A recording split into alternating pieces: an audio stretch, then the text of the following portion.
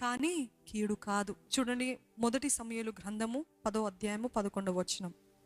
పూర్వము అతని నెరిగిన వారందరూ అతడు ప్రవక్తలతో కూడా నుండి ప్రకటించుట చూచి, కీషు కుమారునికి సంభవించినదేమిటి?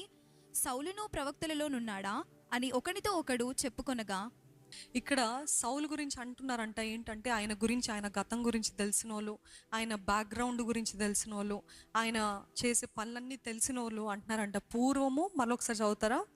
పూర్వము అతని నెరిగిన వారందరూ, అతనిని ఎరిగిన వారు అతడు ప్రవక్తలతో కూడా నుండి, అతడు ప్రవక్తలతో కూడా ఉండి ప్రకటించుట చూసి, కీషు కుమారునికి సంభవించినదేమిటి? ఆయనకి ఏమైంది? సౌలును ప్రవక్తలలో ఉన్నాడా?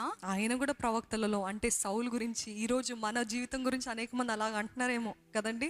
నాకు నీ బ్యాక్గ్రౌండ్ తెలుసు, నీ గతం తెలుసు, నీ పాస్ట్ అంతా తెలుసు, నువ్వు ఒకప్పుడు అట్లాంటోడివి, నువ్వు ఒకప్పుడు అట్లాంటి దానివి, ఈరోజు నువ్వు బైబిల్ పట్టుకొని తిరుగుతున్నావా? ఈరోజు నీకు అంత గొప్ప స్థానం ఉందా? ఈరోజు నువ్వు అంత చక్కటి ఎడ్యుకేషన్ కలిగి ఉన్నావా? అంత గొప్ప ఉద్యోగంలో పని చేస్తున్నావా అని నోరు తెరిచి చూసిన వారు ఎవరైనా ఉన్నారండి మీ జీవితంలో? ఇంకా లేనట్లయితే ఈ రోజు నుండి ప్రారంభించబడును గాక. ఆమెన్. ఎందుకంటే సౌలుని గురించి అన్నారంట. సౌలుని పూర్వంలో చూసిన, అంటే ఆయన బ్యాక్గ్రౌండ్ తెలిసిన వాళ్ళందరూ అసలు దేనికైనా పనికొస్తాడా? He is fit for nothing, he can do nothing అనుకున్న వారిని దేవుడు ఏం చేస్తాడంటే ఇశ్రాయెల్ పైననే రాజుగా చేస్తాడంట.